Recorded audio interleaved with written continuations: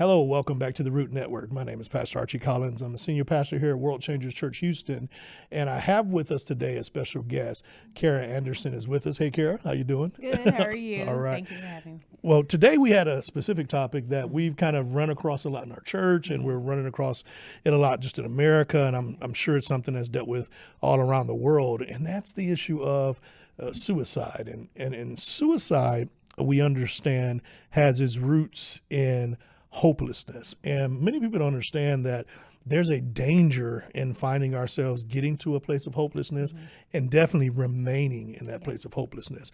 And we've seen children all the way up to, elderly people who have dealt with this very issue.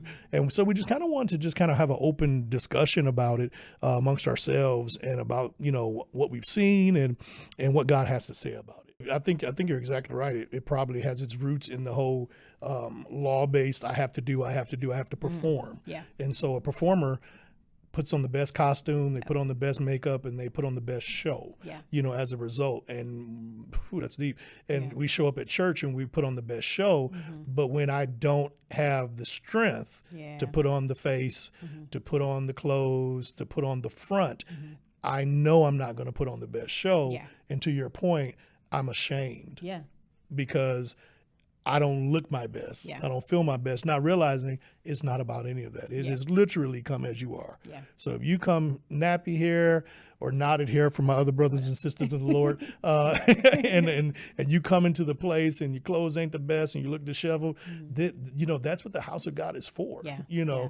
And you can still sit in the front row looking just as you are and expect God to still minister to you. But that isolation, it'll eat you up. And I think it is one of the first steps in how the enemy tries to lead people towards the path of not wanting to be here. He hates relationship. Like there's so much power in relationship. If two people can stand back to back and fight off the enemy, he's like, I need you to not have sight behind you. Right. So nobody to have your back. Right. Yeah. And so and what you end up doing is that you slight yourself because you never know. You show up, somebody might have the answer to whatever it is that you're going through when you just show up. And it's hard. I get it. It's super hard. But when you've built the foundation of your faith on the fact that God has done so much for me in the past, and then you just kind of recall those things, you're just like, this is just yet another situation or another hurdle that I have to overcome in life. And I know God hasn't left me. It's just a sucky situation that I just kind of got to get through. But just know that just getting up and just taking those steps to just say, you know what, God, I'm going to show up for you, if nothing else, you and all of your unconditional love.